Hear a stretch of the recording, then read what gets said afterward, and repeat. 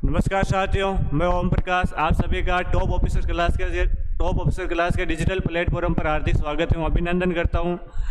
कल हम पढ़ रहे थे महाराणा हमीर के बारे में। आज मैं आपको थोड़ा वापस पुनः रिवीजन करवा देता हूं उसके बारे में। कल हमने हमीर के बारे में पढ़ा। हमीर का जो टाइम पीरियड था वो आपका 1324 से 1364 के बीच में था। हमीर के बारे में क्या पढ़ते हैं तो हमीर ने बनवीर सोनगढ़ से आपके चित्तौड़ वापस जीत लिया था। और हमीर, इसलिए हमीर को क्या कहा जाता है, मेवाड़ का उद्धारक कहा जाता है, सेवियर ऑफ मेवाड़ कहा जाता है। मैं आगे आपके हमीर की बात करूं तो हमीर आपके राणा उपाधि लगाने वाला पहला राजा था। और जो रावल रतन सिंह था वो हमारे अंतिम राजा था जो इसने हमारे रावल उपाधि लगाई थी। और हमीर के बारे में बात करूँ तो हमीर सिसोदा ठिकाने से था। सिसोदा जो ठिकाना था उसकी स्थापना राहाप ने की थी। और यहाँ से हमारे गोयलों की एक नई डायनेस्टी स्टार्ट हो जाती है जिसका नाम हमारा गोयल डायनेस्टी, सॉरी आपकी सिसोदिया डायनेस्टी यहाँ से क्या होती है, स्टार्ट होती है।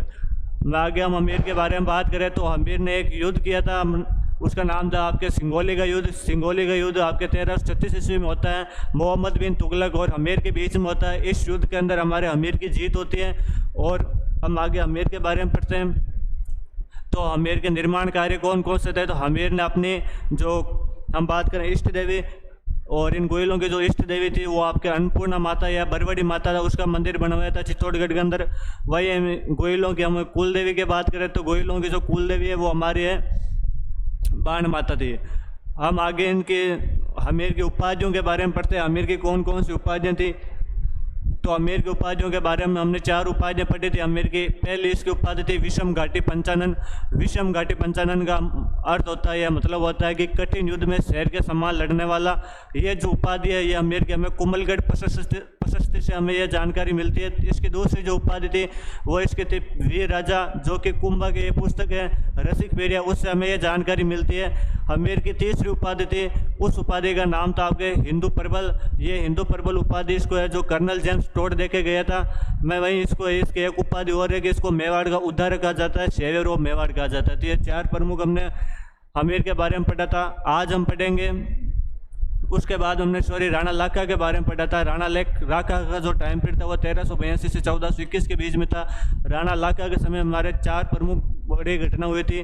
पहली जो घटना हुई थी वो थी हमारी जावर के अंदर चांदी निकलना प्रारंभ हो गई थी। दूसरी जो सबसे बड़ी घटना थी वो थी आपका कुंभाहाड़ा वो बंदा था जो नकली बूंदी की रक्षा करते हुए मारा जाता है।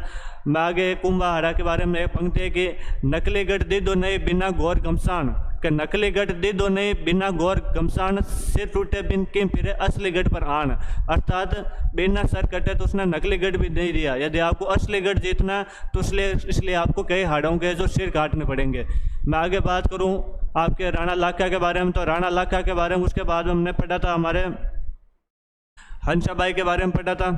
इससे पहले हमने पिछोला झील के बारे में पढ़ा था। पिछोला झील जो एक बंजारे ने निर्माण कराया था। पिछोला झील के जो पास में एक नटनी का चबूतरा है, उस चबूतरे का निर्माण है हमारे राणा लाखा जी ने करवाया था। उसके बाद हंसाबाई के बारे में पढ़ते हैं। हंसाबाई मारवाड़ के राजा चुंडा की राजकुमारी थी जिसका विवाह राणा लाखा के साथ किया गया। और इस टाइम जो हमारे राणा लाखा था इनके जो राजकुमार थे चुंडा जी, उन्होंने एक विषम प्रतीक्षा की कि मेवाड़ का अगला राजा मैं नहीं बल्कि जो हंसाबाई का जो पुत्र होगा वो अगला क्या बनेगा, मेवाड़ का राजा बनेगा। इसलिए हमारे जो चुंडा जी को है जो मेवाड़ का विषम कहते हैं। और हम बोलते हैं कि इसी त्याग के कारण उनको है जो एक मेवाड़ रियासत का सबसे बड़ा जो ठिकाना था आपके सुलंबर वो दिया गया। और इसके साथ उनको विशेष अधिकार दिए गए। विशेष अधिकार उनको कौन कौन से दिए थे, मैंने कल आपको 4 विशेष अधिकार बताए थे।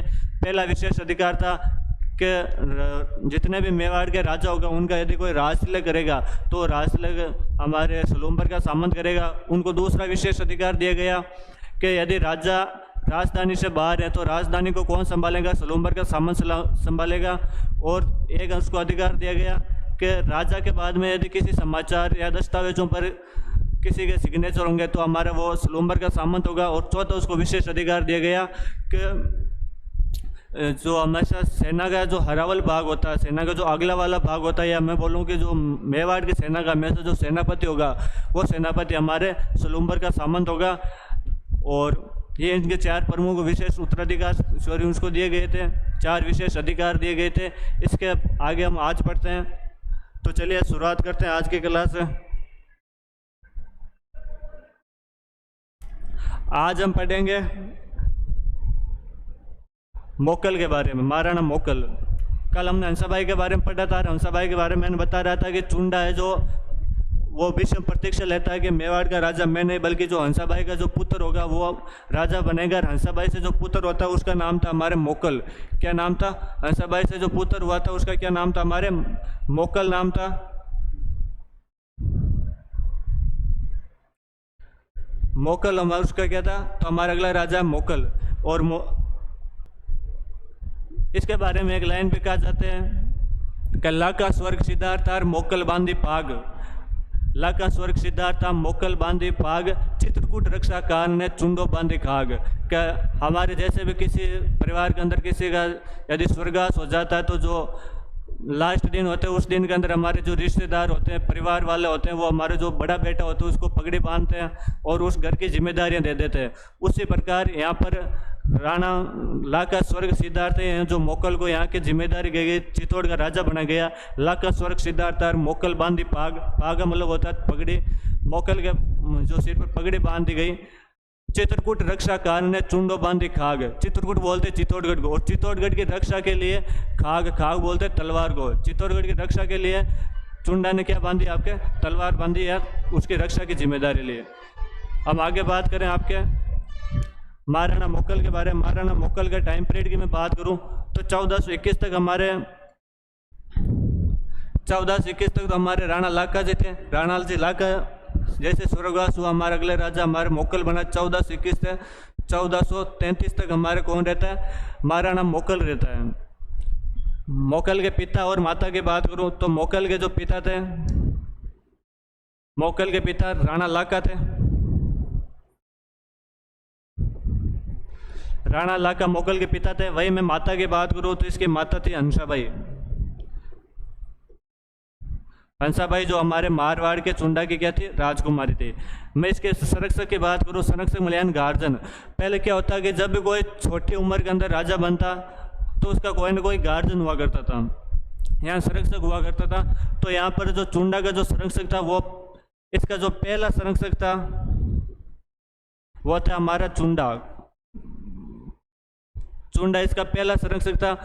बाद में ऐसा कहते हैं कि चुंडा के और इस हंसाबाई के अविश्वास के कारण, चुंडा के और हंसाबाई का जो है चुंडा पर विश्वास नहीं था, अविश्वास के कारण बाद में चुंडा हमारा मालवा चला जाता है। तो यहाँ पर मैं लिख देता हूँ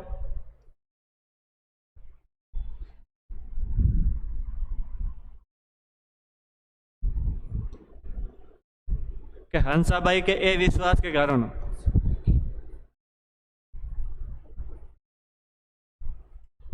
हंसाबाई के अविश्वास के कारण चुंडा मालवा चला जाता है।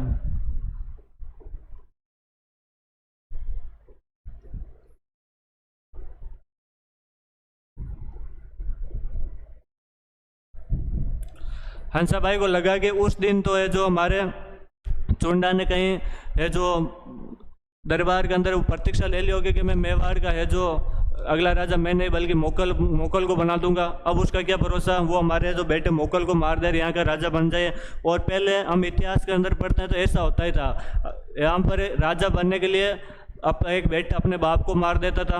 ऐसे हमारे इतिहास के अंदर कई एग्जाम्पल है। हम आगे एक राणा पढ़ेंगे कुंभा, और कुंभा की हत्या उसके बेटे द्वारा की गई थी। वैसे ही चौहानों के अंदर पढ़ते हैं, चौहानों के अंदर एक राजा था हमारा अर्णोराज, और अर्णोराज की हत्या उसके बेटे जगदेव द्वारा की गई थी।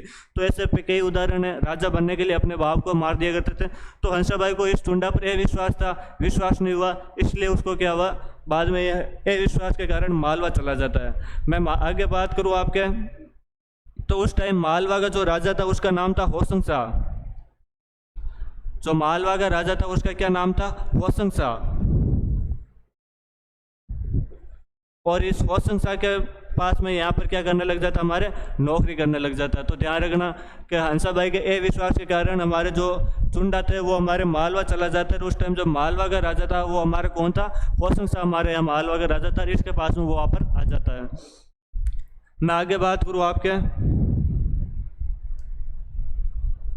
अब हंसाबाई को यहाँ पर डर रखा था, मोकल भी अभी भी छोटा था।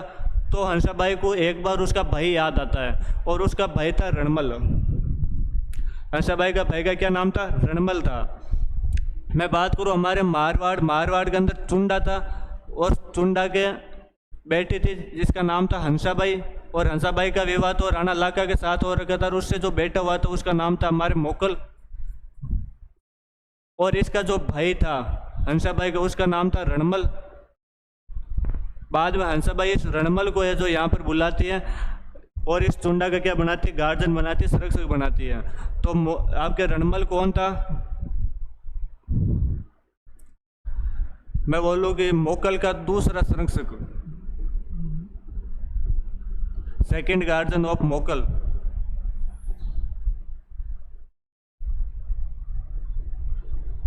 मोकल का दूसरा संरक्षक कौन था हमारे? तो यहाँ पर आएगा कि दूसरा संरक्षक हमारे रणमल था। रणमल कौन था? तो रणमल हमारे यहाँ पर देखेंगे कि यहाँ से हंसाबाई का वैसे भाई हुआ, और मोकल का यहाँ पर क्या हुआ, मामा हुआ। तो रणमल हंसाबाई का भाई,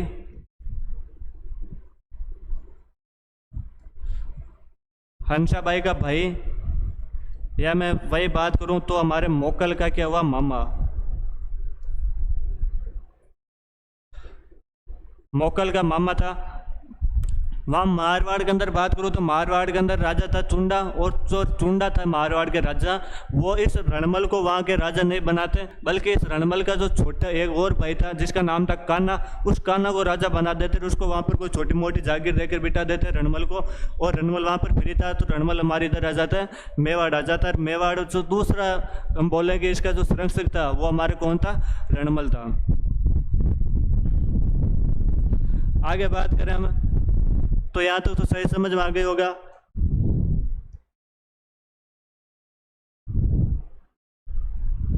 अगला आता हमारा कंस्ट्रक्शन, निर्माण कार्य। कि मोकल ने कौन कौन से निर्माण कार्य करवाए उनके बारे में पढ़ेंगे।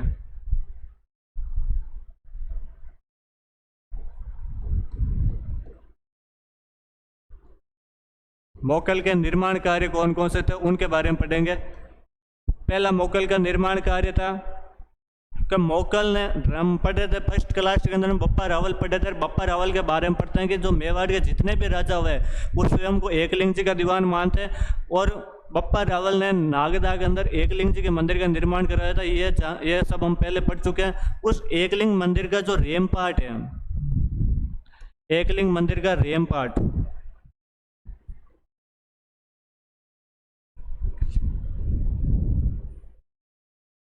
एकलिंग जी मंदिर का मैं बात करूं रेमपाट या परकोटा, परकोटा जो चारों ओर चार दीवारी होती है वो कौन बनाता हमारा, तो मोकल बनाता। लेकिन ध्यान रखना जो एकलिंग जी मंदिर है, ये एकलिंग जी मंदिर का जो निर्माण किसने करवाया, तो ध्यान रखना कि एकलिंग जी का जो मंदिर है इसका निर्माण बप्पा रावल ने करवाया था। किसने करवाया था, बप्पा रावल ने कराया था। नागदा के अंदर इसका क्या करवाया, निर्माण करवाया। तो ध्यान रखना बप्पा रावल ने तो इसका निर्माण कराया था, लेकिन इसका जो परकोटा है, रेमपाट है, उसका निर्माण कौन करवाता, हमारा मोकल करवाता है। वही इसके मैं दूसरी बात करूं तो एक वहां पर एक और मंदिर है जिसका नाम है समिदेश्वर मंदिर। मंदिर के क्या नाम है,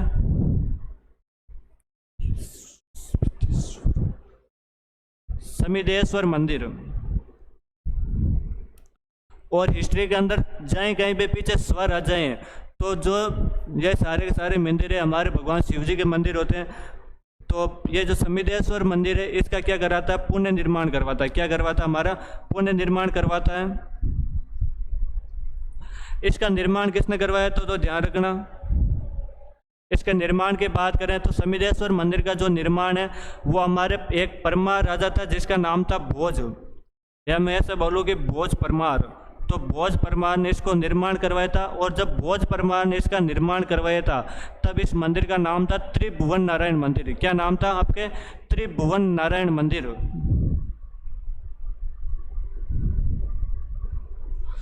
तो इस टाइम से इसका नाम था आपके त्रिभुवन नारायण मंदिर, और बाद में मोकल ने इसका नाम बदलकर समिदेश्वर मंदिर कर दिया, और इसका क्या करवाता, हमारा पुण्य निर्माण करवाता। तो ये भी ध्यान रखना, इसने पुण्य आपके जो समिदेश्वर मंदिर का पुण्य निर्माण करवाया, और ये मंदिर परमार भोज ने बनवाया था, जिसको पहले इसके त्रिभुवन मंदिर के नाम से जानते थे।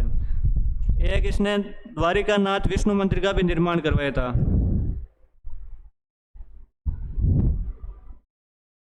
मंदिर का नाम है द्वारिकानाथ विष्णु मंदिर।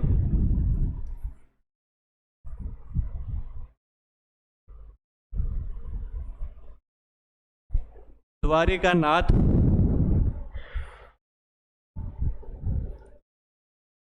विष्णु मंदिर का इसने क्या करवाया था, निर्माण कराया था। और कहते हैं कि पास में वहां पर एक पौंड या जलाशय का निर्माण करवाया था। तो द्वारिका नाथ विष्णु मंदिर या जलाशय का निर्माण कौन करवाता हमारा, तो मोकल करवाता है।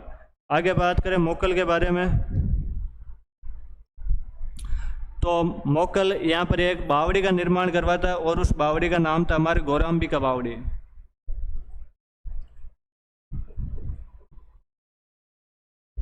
गौराम्बिका बावड़ी, तो इस गौराम्बिक बावड़ी का भी निर्माण कौन कराता, हमारा मोकल कराता है। मैं वहीं एक और बात करूं मोकल के निर्माण कार्य के, तो यहाँ पर एक तालाब था जिसका नाम था बाघेला तालाब, और उस बाघेला तालाब का निर्माण कौन कराता, हमारा ये कराता है। तो ध्यान रखना, ये तालाब था जिसका क्या नाम था, हमारा बाघेला तालाब।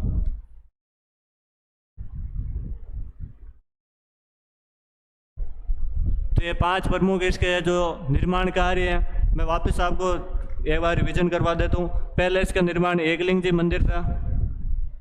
एकलिंग जी मंदिर के ये पुनः निर्माण करवाता है। ध्यान रखना, एकलिंग जी जो मंदिर था उसका जो निर्माण है वो तो हमारे बप्पा रावल कराता है। इसका जो रेमपाट था वो परकोटा कौन बनाता, हमारा मोकल बनाता है। वही मैं बात करूँ, इसने समिदेश्वर मंदिर का निर्माण करवाया, सॉरी इसने पुनः निर्माण करवाया था। ये जो समिदेश्वर मंदिर, इसका जो निर्माण है वो परमार, भोज परमार ने करवाया था। उस टाइम इस मंदिर को त्रिभुवन नारायण मंदिर के नाम से जानते थे। आगे बात करूं तो इसने द्वारिका नाथ विष्णु मंदिर का निर्माण कराया था और पास में जलाशय का निर्माण कराता है, गौराम्बिका बावड़ी का निर्माण कराता है और बाघेला तालाब का भी क्या करवाता है, निर्माण करवाता है।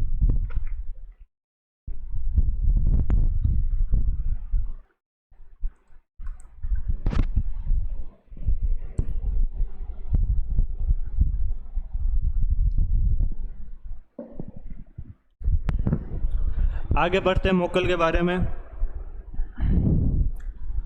तो आता है हमारे मोकल। अगला आता है कि युद्ध, कि मोकल के टाइम में कौन सा युद्ध हुआ था।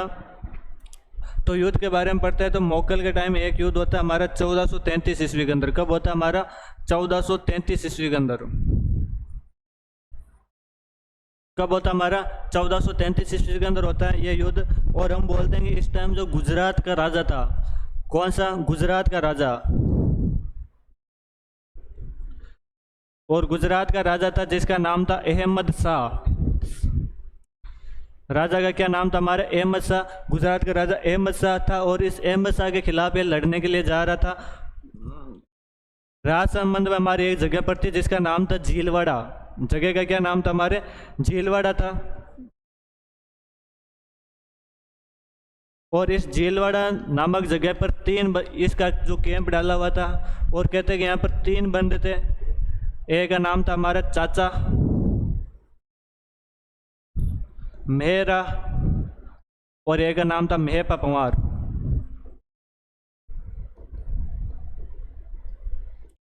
चाचा, मेहरा और मेहपा पंवार, इन तीनों बंदों ने जो यहाँ पर मोकल को क्या कर देते हैं, झीलवाड़ा के अंदर क्या कर देते हैं, इसको कैंप के अंदर मार देते हैं।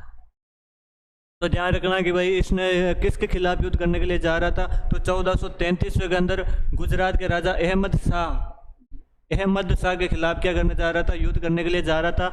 और इस टाइम जो झीलवाड़ा के अंदर चाचा मेहरा और मेहपा पंवार नाम के बंदे ने जो इसको क्या कर दिया था, मार दिया गया था।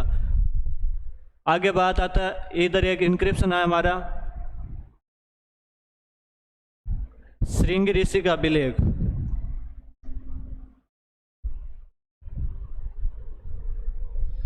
श्रृंग ऋषि का अभिलेख क्या है, इसके बारे में पढ़ते हैं। श्रृंग ऋषि का अभिलेख के बारे में क्या है, तो श्रृंग ऋषि का जो अभिलेख है वो आपके 1428 ईस्वी का अभिलेख है। कौन सी ईस्वी का अभिलेख है, हमारे 1428 ईस्वी का क्या हमारा अभिलेख है। तो ध्यान रखना, ये 1428 ईस्वी का अभिलेख है। इस अभिलेख गौराम्बिका बावड़ी के पास में लगा हुआ ये अभिलेख है।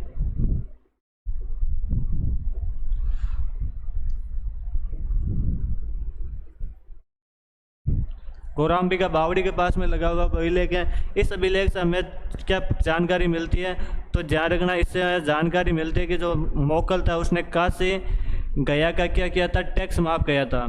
ये हिंदुओं के 2 प्रमुख है। हमारे मैं बात करूँ तो हमारे वो है पवित्र स्थल है, तो इसने काशी और गया का क्या किया था, यहाँ पर क्या किया था, इसने टैक्स माफ किया था। काशी, गया और एक स्थान और था जिसका नाम था हमारे प्रयाग। तो काशी, गया और प्रयाग का क्या किया था, इसने टैक्स माफ किया था। मैं वापस थोड़ा आपको मोकल के बारे में वापस बता देता हूँ। तो मोकल के बारे में क्या था, तो मोकल का टाइम पीरियड था हमारे 1421 से लेकर 1433 के बीच में इसका टाइम पीरियड था।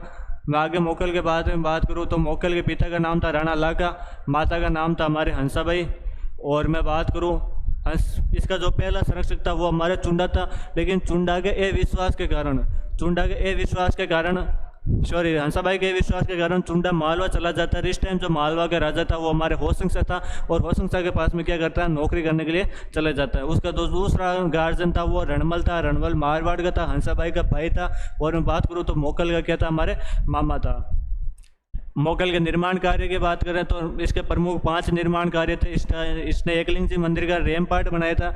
मैं वही बात करूँ इसके, तो इसने जो वहाँ पर एक समिदेश्वर मंदिर का पुनः निर्माण करवाता है। ये समिदेश्वर मंदिर है, ये हमारे भोज परमार ने बनवाया था। उस टाइम इसको त्रिभुवन नारायण मंदिर के नाम से जानते थे। आगे मैं बात करूँ तो इसने जो द्वारिकानाथ विष्णु मंदिर का निर्माण करवाया था, और एक जलाशय बनाता है। घोराम्बिका बावड़ी का निर्माण करता है, बागेला तालाब का निर्माण करता है। इसका युद्ध कौन सा था, तो हम बोलते हैं कि ये अहमद शाह, गुजरात के अहमद शाह के खिलाफ लड़ने के लिए जाता है 1433 के अंदर। और वहाँ पर क्या होता है, चाचा मेहर और मेप्पा पंवार नाम के व्यक्ति झीलवाड़ा राजसमंद के अंदर जगह पड़ती है, वहाँ पर इसको क्या कर देते हैं, धोखे से मार देते हैं। और इसका मैं बात करूँ, एक हमें श्रृंग ऋषि का भी लेख मिलता है, ये घोराम्बिका बावड़ी के पास लगा है। और इससे हमें काशी, गया और प्रयाग का टैक्स माफ किया था। इसकी क्या मिलती है, जानकारी मिलती है। अगले राजा के बारे में पढ़ते हैं।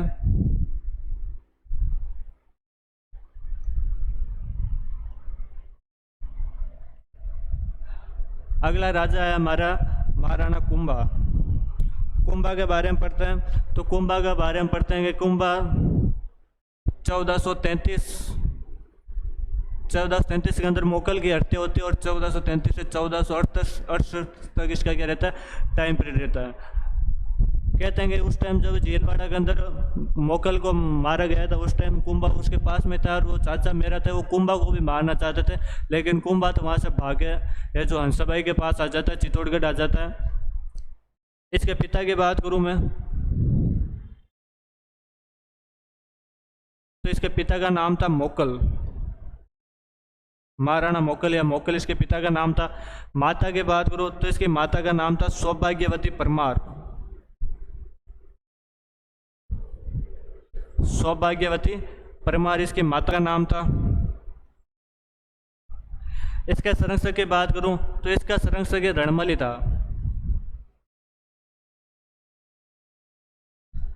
रणमल कहते हैं कि एक टाइम के लिए तो वापस मारवाड़ चला जाता है, तब तक हमारे मोकल काफ़ी बड़ा हो गया था। जैसे इसकी डेथ हुई, उसकी मोकल की डेथ होती है, तो हंसाबाई है जो अपने भाई रणमल को वापस बुला लेती है मेवाड़। और उसको हंसाबाई को कहीं ना कहीं डाउट था कि भाई कुंभा भी छोटा है, मोकल को मार दिया गया है, कहीं ना कहीं है जो कुंभा को कहीं ना कहीं वो मार न दे, इसलिए वो है जो रणमल को क्या बुला लेती है, वापस बुला लेती है। मारवाड़ से रणमल को वापस बुलाती है। रणमल ही फिर ही बेटा था, वो भी यहाँ पर क्या आ जाता है। तो ध्यान रखना रणमल। बाद में कहते हैं कि कुंभा ने है जो इस रणमल की सहायता से, कुंभा ने रणमल की सहायता से चाचा मेरा पवार को मार देता है। कुंभा रणमल की सहायता से, किसकी सहायता से, रणमल की सहायता से चाचा और मेरा को मार देता है।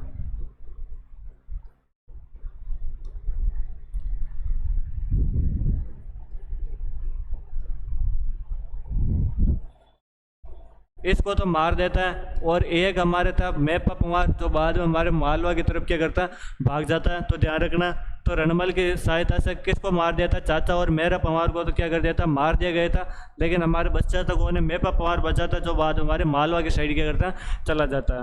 आगे बात करें रणमल के बारे में, कहते हैं कि रणमल का प्रभाव लगातार मेवाड़ के अंदर पड़ रहा था। और हमारे यहाँ पर एक मेवाड़ के अंदर या चित्तौड़गढ़ के अंदर में बात करूँ तो सीधे सीधे हमारे यहाँ पर 2 गुट बन गए थे। एक गुट जो रणमल को फॉलो करता था, एक यहाँ पर जो लोकल यहाँ का नेता था जिसका नाम था राघवदेव। लोकल नेता का क्या नाम था, हमारे राघव देव नाम था। उस राघव देव का और इस रणमल का क्या बन जाता है, दो गुट बन जाते हैं, तो ध्यान रखना। और बाद में रणमल है जो इस राघव देव को क्या कर देता है, मार देता है। तो ध्यान रखना, जो सिसोदियों का जो नेता था राघव देव, तो राघव देव को क्या कर देता है, मार देता है।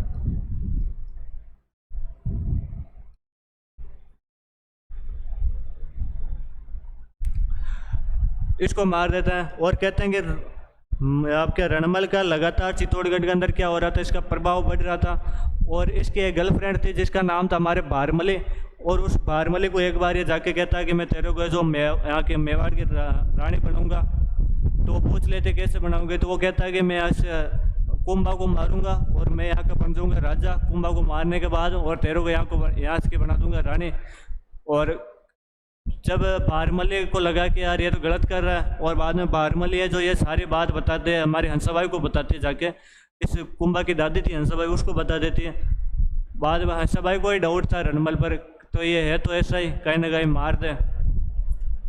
तो यहाँ पर वो उसको क्या कर देते हैं, बाद में इस हंसाबाई को एक बार पुण्य है जो चुंडा याद आया था, वही चुंडा जो इस हंसाबाई से नाराज होकर मालवा होशंग शाह के पास चला जाता है। हंसाबाई वापस उस चुंडा को वहाँ पर बुलाती है और चुंडा को आके सारी बात बताती हैं कि रणमल मोकल को इस तरह मार दिया गया था। वापस मैंने रणमल को बुलाया और भाई ये रणमल है जो कुंभा को कहीं ना कहीं मारना चाहता है। तो उस बारमली की सहायता से, कहते हैं उस बारमली की सहायता से जो इसको रणमल को मारा गया था। तो ध्यान रखना कि बारमली की सहायता से किसको मारा गया था, हमारे रणमल को मार दिया गया था।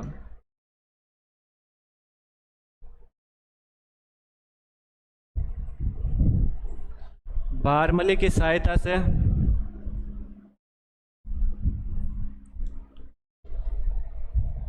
रणमल को मार दिया गया।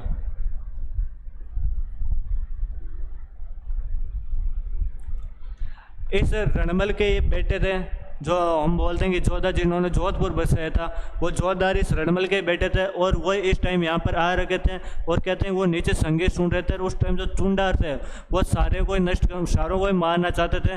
और जब उसको पता चल जाता है कोई संगीत, वो नीचे संगीत सुन रहा था और उस संगीतकार को इस चीज़ का पता चल गया कि ऊपर रणमल को तो मार दिया गया है और जो चुंडा ने बाकी सेनापति नीचे इन जोधा को और मारना आता है। तो बाद में वो एक गाने के माध्यम से उनको बताते हैं कि जोधा भाग सके तो भाग लेता और रणमल मरियो जाए।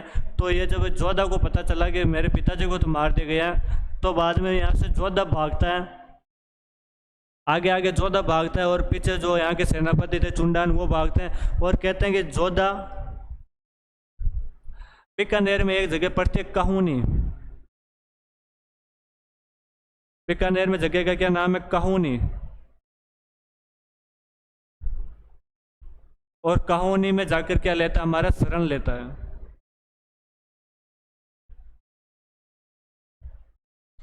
स्लेटर करता है, हमारे कहानी में जाकर क्या लेता है, शरण लेता है।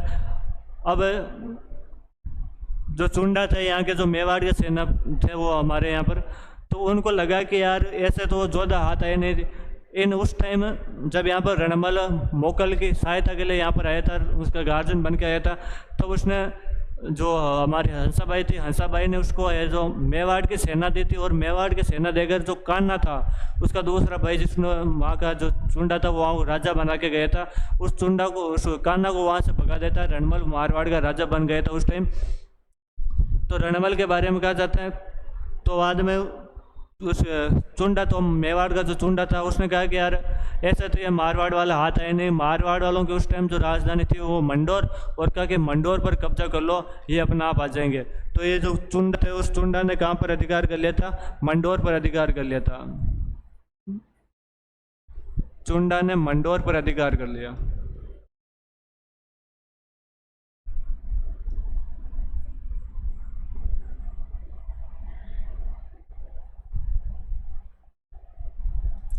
और कुंभ ऐश्वर्य हमारे जोधा था, वो कौन से गांव में भाग के शरण लेता है, हमारे कहूनी गांव में क्या लेता है, शरण लेता है। आगे बात करूं मैं, तो अगले आते हैं हमारे पॉलिटिकल अचीवमेंट्स, यानी हम कुंभा की राजनीतिक उपलब्धियां कौन कौन सी थी उनके बारे में पढ़ते हैं। राजनीतिक उपलब्धियां,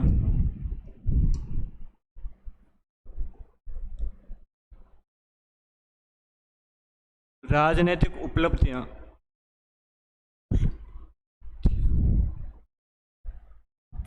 पहले आते हैं हमारे ट्रीटी ऑफ आंवल बांवल, आंवल बांवल की संधि।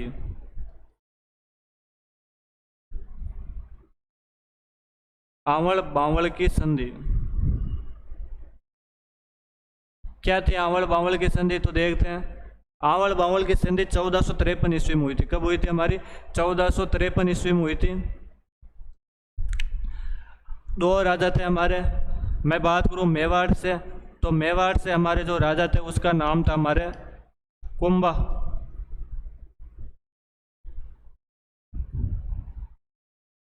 और मैं वही बात करूं हमारे मारवाड़ की, तो मारवाड़ का राजा था या उस टाइम थे जोधा। कौन था? जोधा था। इन दोनों के बीच में ये संधि होती है, आंवल बांवल की संधि। और इस संधि के अंदर क्या हुआ था? तो आंवल आंवल मेवाड़ के अंदर एक झाड़ी होती है जिसे आंवला बोलते हैं और बांवल बोलते हैं बबूल को। अर्थात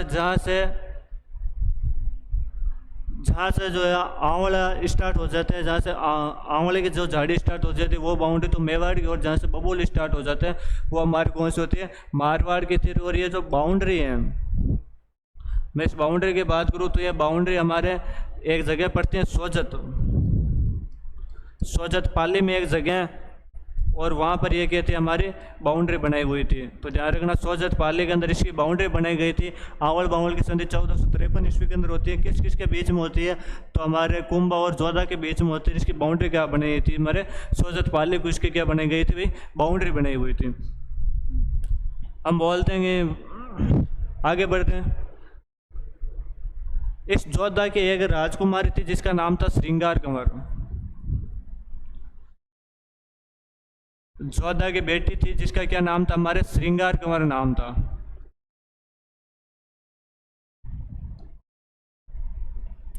और इस श्रृंगार कंवर का विवाह, मैं बात करूं तो आंवल बांवल की संधि के दौरान ये बात हुई थी कि जो इसकी जो बेटी है श्रृंगार कंवर, और उस श्रृंगार कंवर का जो विवाह है वो हमारे कुंभा का जो बेटा होगा, कुंभा का बेटा था हमारे रायमल, और उस रायमल के साथ किया गया।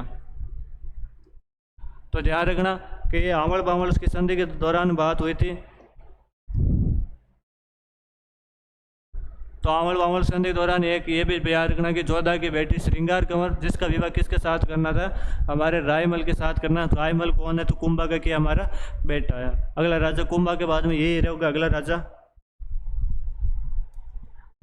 आगे बढ़ते हैं। अगला आता बैटल ऑफ सारंगपुर। सारंगपुर का युद्ध। सारंगपुर एमपी के अंदर जगह है। कहाँ पर है? एमपी के अंदर ये जगह है। 1437 ईस्वी के अंदर ये युद्ध होता है।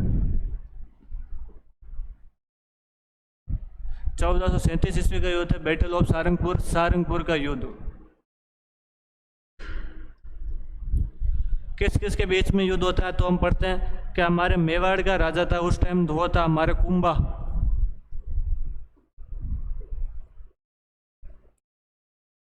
कुंभा वर्सेज मालवा का राजा था, उसका नाम था मोहम्मद खिलजी। मालवा का राजा जिसका क्या नाम था? मोहम्मद खिलजी।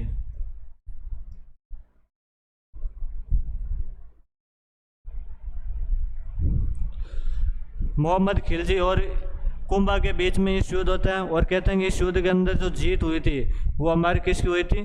कुंभा की इसके अंदर क्या हुई थी? जीत हुई थी। तो कुंभा की इस युद्ध के अंदर दौरान क्या हुई थी? इस युद्ध के दौरान क्या हुई थी? विजय हुई थी। कुंभा की इसके अंदर क्या हुई थी? जीत हुई थी। तो ये ध्यान रखना भाई। तो बैटल ऑफ सारंगपुर है, सारंगपुर का युद्ध है जो 1437 ईस्वी के अंदर युद्ध होता है।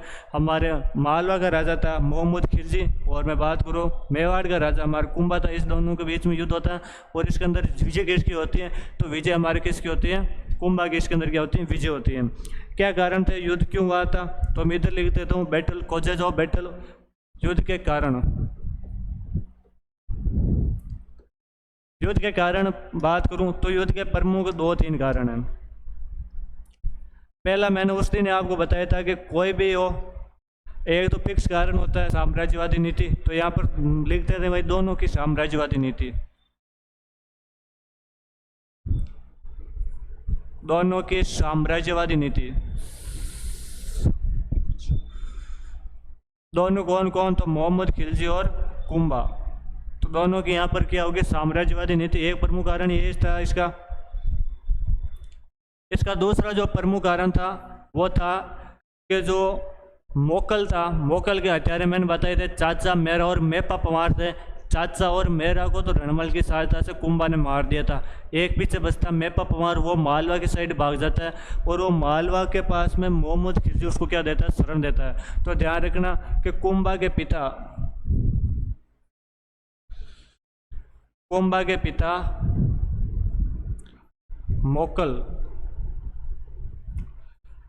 मोकल के हथियारों को क्या देता है? शरण देता है। हथियारों को क्या देता है? हमारा शरण देता है, इसलिए इसने युद्ध किया था। तो एक कारण हमारा ये होता है। एक और बात करूं, तीसरा कारण है कि मोहम्मद खिलजी था, इसका एक हमारे मैं बात करूं विद्रोही था जिसका नाम था उमर खान। मोहम्मद खिलजी का विद्रोह का क्या नाम था?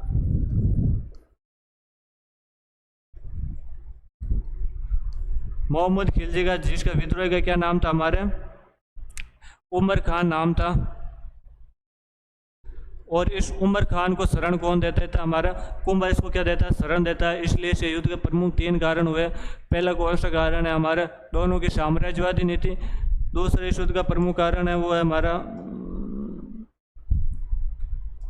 दूसरा जो इस युद्ध का कारण है वो हमारा कुंभा के पिता मोकल के हथियारों को है जो मोहम्मद खिलजी ने क्या दी थी? शरण दी थी। ये इसका प्रमुख कारण है। तो तीसरा इसका जो प्रमुख कारण होगा कि मोहम्मद खिलजी जो उमर खान जो मोहम्मद खिलजी का विद्रोही था उसको क्या देता है? हमारा शरण देता है। तो सारंगपुर युद्ध के 3 प्रमुख कारण थे, तो मैंने आपको बता दिए। आगे बढ़ते हैं।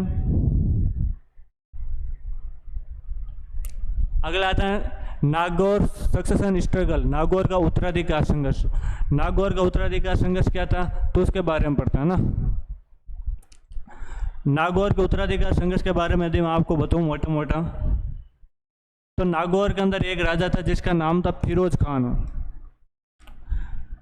राजा का क्या नाम था? हमारे फिरोज खान नाम था। फिरोज खान के एक बेटा था, उस बेटे का नाम था हमारे, जो फिरोज खान था उस फिरोज खान के जो बेटा था उस बेटे का नाम था हमारे शमस खान। बेटे का क्या नाम था? हमारे शमस खान नाम था। और इस फिरोज खान का एक भाई था जिसका नाम था मुजाहिद खान। क्या नाम था? हमारा मुजाहिद खान इसका नाम था। ध्यान रखना, यह तो था इसका बेटा और ये इसका था भाई। भाई किसका? तो हमारे फिरोज खान का। फिरोज खान की जैसे डेथ हुई तो वहाँ पर अगला राजा वैसे बनना तो समझ कहाँ चाहिए? बेटे के बाद में बाप, बाप के बाद में बेटा राजा बनना चाहिए।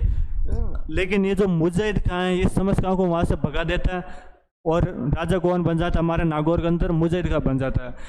आप उसके बाद में जो समझ खां था वो भागता भागता आता है कुंभा के पास में और कुंभा को यहाँ पर आकर सारी बात बताता है। कुंभा बाद में जाता है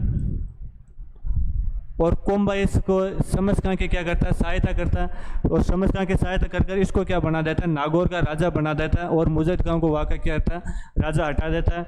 और कुंभा ने उसको है जो टैक्स वेक्स की मांग की थी, समझ खां 2-4 वर्ष तो उसको सही से टैक्स देता था, उसके बाद में इसने टैक्स देने से मना कर दिया था। या मैं एक तरह से बोलूँ कि कुंभा के खिलाफ इसने विद्रोह कर दिया था नागौर के अंदर। तो बाद में जब ये विद्रोह कर देता है उसके बारे में आगे बात करेंगे। तो ये था हमारा नागौर का उत्तराधिकार संघर्ष। तो वापस समझ में आ गया था। फिरोज का था, फिरोज खां के एक बेटा था जिसका नाम था समझ खां और इसका एक हम बोलते हैं भाई था मुजाहिद खां। इन दोनों के बीच में उत्तराधिकार संघर्ष हुआ था नागौर का। चलते आगे। अगला आता treaty of Chapaner. Treaty of Chapaner अर्थात चापानेर की संधि। चापानेर की संधि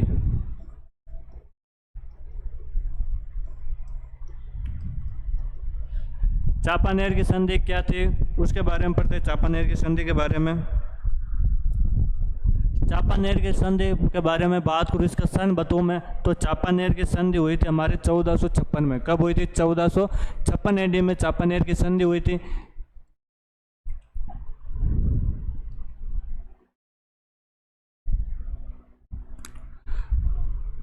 आगे बात करूँ मैं आपके चांपानेर की संधि के बारे में, तो जो हमारे में भवे आपको नागौर का उत्तराधिकार संघर्ष बता रहा था, उसके अंदर मैंने बताया था समस कहाँ था, वो कुंभा के खिलाफ क्या कर देता है, नागौर के अंदर विद्रोह कर देता है। जब कुंभ उस पर युद्ध करता है, मैं बात करूँ समस कहाँ पर, तो समस कहाँ भाग के चला जाता है हमारे गुजरात। कहाँ चला जाता है? गुजरात चला जाता है। और गुजरात का उस टाइम राजा था, गुजरात चला जाता है। जो गुजरात का उस टाइम जो राजा था वो था हमारा कुतुबुद्दीन शाह। कुतुबुद्दीन शाह यहाँ का क्या था? हमारे राजा था। गुजरात का राजा कौन था? कुतुबुद्दीन शाह था। और समझ का पहले तो इस कुतुबुद्दीन शाह के साथ अपनी बेटी का विवाह करता है, और उसको बाद में ये जो बताता है कि कुंभा में जो मेरे खिलाफ युद्ध करने के लिए आता है। अब ये समझ का जवाई हो गया, और अब जवाई तो ससुर के लिए लड़ने के लिए जाई गई, तो ये लड़ने के लिए जा रहा था। तब इसको रास्ते में जो मालो वाला मोहम्मद खिलजी मिल जाता है, और ये कहता है कि जब ये आपस में मिलते हैं तो ये कहते हैं कि वो मोहम्मद खिलजी पूछता है किस के कहाँ जा रहा है, तो उसने कहा मैं कुंभा के खिलाफ युद्ध के लिए जा रहा हूँ। तो वो उसको है जो मना कर देता है कि हम दोनों साथ में मिलकर लड़ेंगे। हम उस दिन ही मैंने बताया था कि जो जिनके दुख एक जैसे होते हैं वो अच्छे मित्र होते हैं, या दोस्त दुश्मन का दुश्मन अच्छा मित्र होता है। तो यहाँ पर कुंभा और जो मोहम्मद खिलजी था, मोहम्मद खिलजी मालवा, यह तो हमारे कुतुबुद्दीन शाह था, यह तो हमारे गुजरात का था। जो मोहम्मद खिलजी जो मालवा का था, ये दोनों वहाँ पर आपस में मिलते हैं, और आपस में मिलकर ये जो कुंभा पर युद्ध करते हैं। इन दोनों के बीच में जो कुंभा को लेकर जो संधि हुई थी, उस संधि को हम किसके नाम से जानते हैं? हमारे चांपानेर की संधि के नाम से जानते हैं। तो ध्यान रखना चांपानेर की संधि क्या थी, तो ध्यान रखना कि गुजरात के कुतुबुद्दीन शाह के और मोहम्मद खिलजी, मालवा के मोहम्मद खिलजी के बीच में कुंभा को लेकर जो संधि हुई थी, उस संधि को हम किसके नाम से जानते हैं? चांपानेर की संधि के नाम से जानते हैं, जो कि कब हुई थी? हमारे 1456 ईस्वी के अंदर ये क्या हुई थी? संधि हुई थी। युद्ध होता है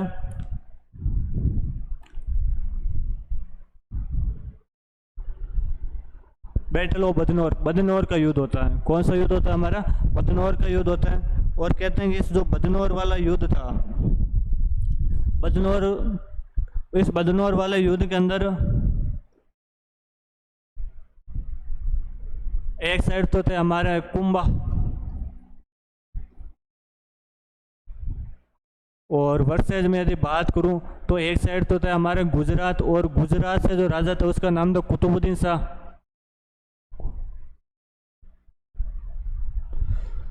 गुजरात का कौन सा राजा था? हमारा कुतुबुद्दीन शाह था।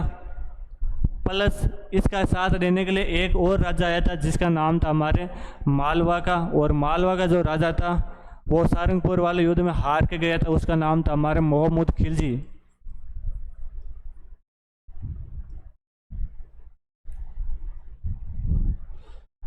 बैटल ऑफ सारंगपुर की बात करूं, सॉरी बैटल ऑफ बदनौर है, बदनौर की मैं बात करूं तो बदनौर हमारे भीलवाड़ा में जगह है। कहाँ पर है? भीलवाड़ा के अंदर जगह है। और अभी हमारे जो जिले चेंज हुए हैं उसके अनुसार ये बदनौर है, ये न्यू डिस्ट्रिक्ट के अनुसार हमारे कहाँ चले गए हैं, तो ये हमारे चली गई है ब्यावर के अंदर। कहाँ पर चली गई है? ब्यावर के अंदर है। ध्यान रखना क्वेश्चन में कोई भी आ सकता है। बदनौर पहले तो हमारे भीलवाड़ा के अंदर था, और जो न्यू डिस्ट्रिक्ट चेंज है उनके अनुसार कहाँ पर है? ब्यावर के अंदर है। मैंने आपको दोनों बता दिए। तो बदनौर का युद्ध किसके बीच में होता है? ये युद्ध होता है हमारे 1457 में। कब होता है? 1457 एडी के अंदर ये युद्ध होता है। इसके अंदर मैं बात करूँ तो कुंभा, मेवाड़ से कुंभा और गुजरात के कुतुबुद्दीन शाह प्लस मालवा के मोहम्मद खिलजी के बीच में ये क्या होता है? युद्ध होता है। इस युद्ध के अंदर कहते हैं कि कुंभा की क्या हुई थी? विजय हुई थी। किसकी विजय हुई थी? हमारे कुंभा की क्या हुई थी? विजय हुई थी। और मैं बोलता हूँ कि कुंभा ने गुजरात व मालवा की संयुक्त सेना को हरा दिया था। गुजरात तथा मालवा की संयुक्त सेना को हरा दिया।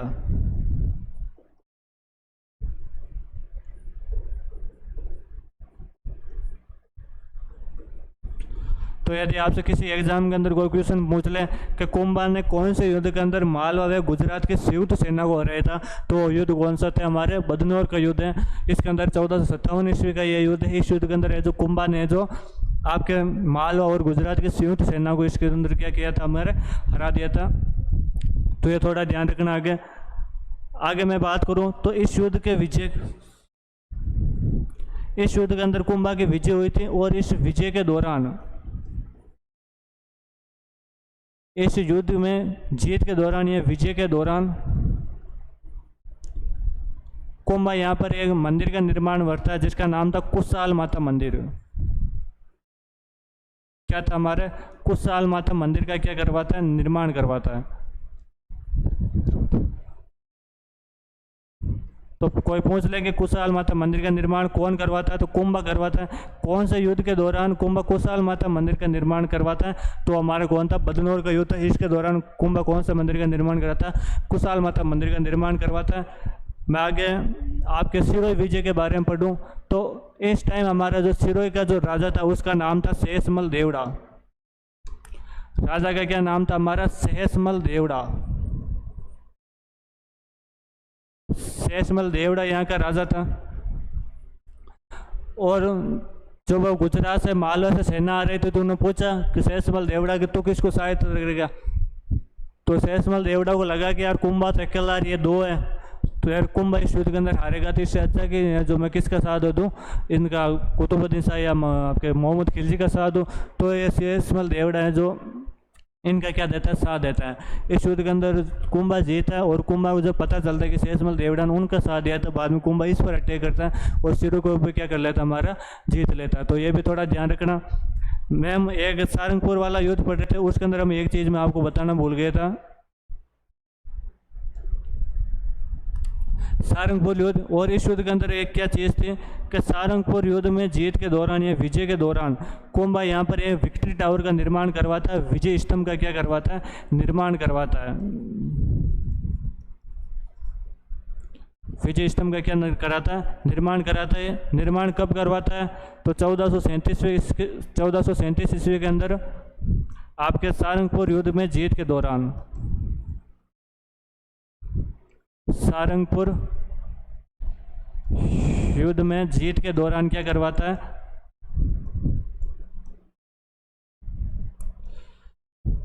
जीत के दौरान हमारे विजय स्तंभ का क्या करवाता है? निर्माण करवाता है। तो आज की क्लास तो हमारी है। आपको एक बार मैं थोड़ा वापस रिवीजन करवा दूं, हमने आज क्या क्या पढ़ा था।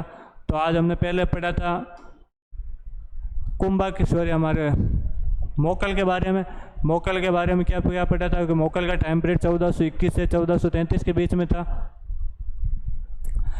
और पिता का नाम राणा लाका था, माता का नाम हंसाबाई था। इसके मैं संरक्षक की बात करूँ तो इसका जो पहला संरक्षक था वो तो था हमारा चुंडा, और हंसाबाई के विश्वास के कारण ये चला जाता मालवा और मालवा होशंगा के पास में नौकरी करने चलता है।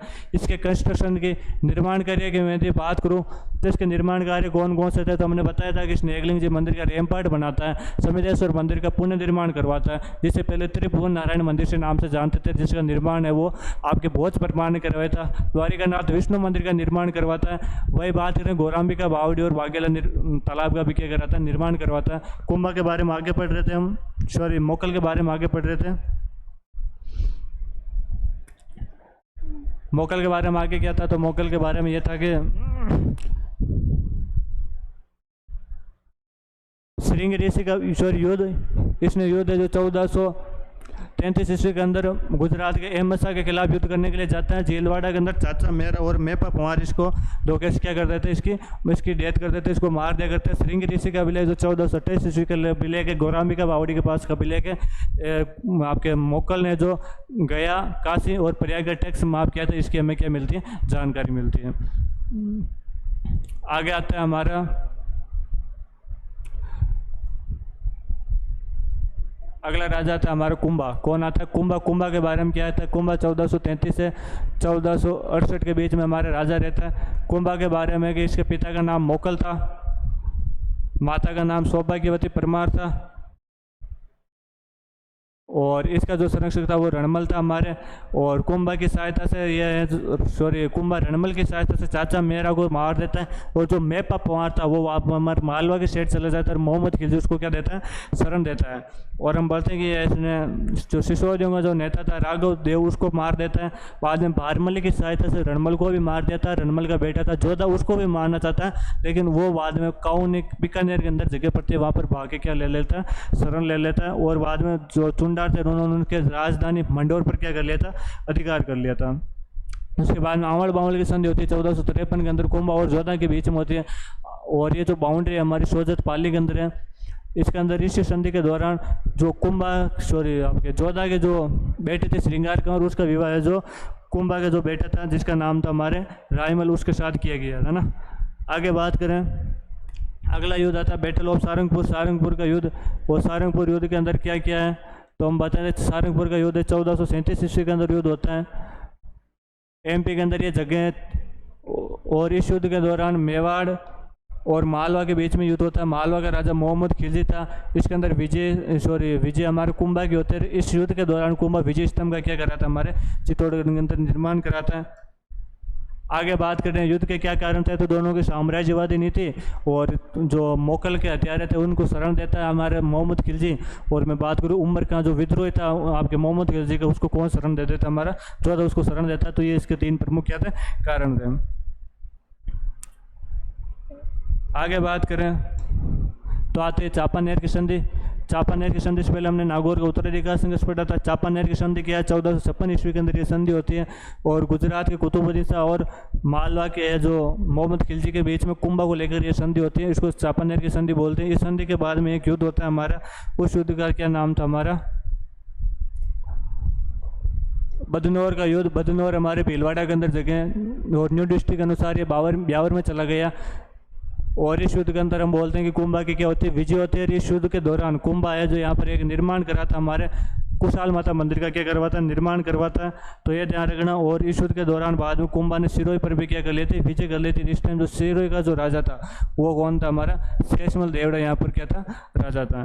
तो आज की क्लास हम यहीं पर ख़त्म करते हैं। ये हमारी कुंभा की पॉलिटिकल अचीवमेंट्स थी। हम कल कुंभा के कल्चर अचीवमेंट्स के बारे में पढ़ते हैं। तब तक के लिए हमारे साथ बने रहिए।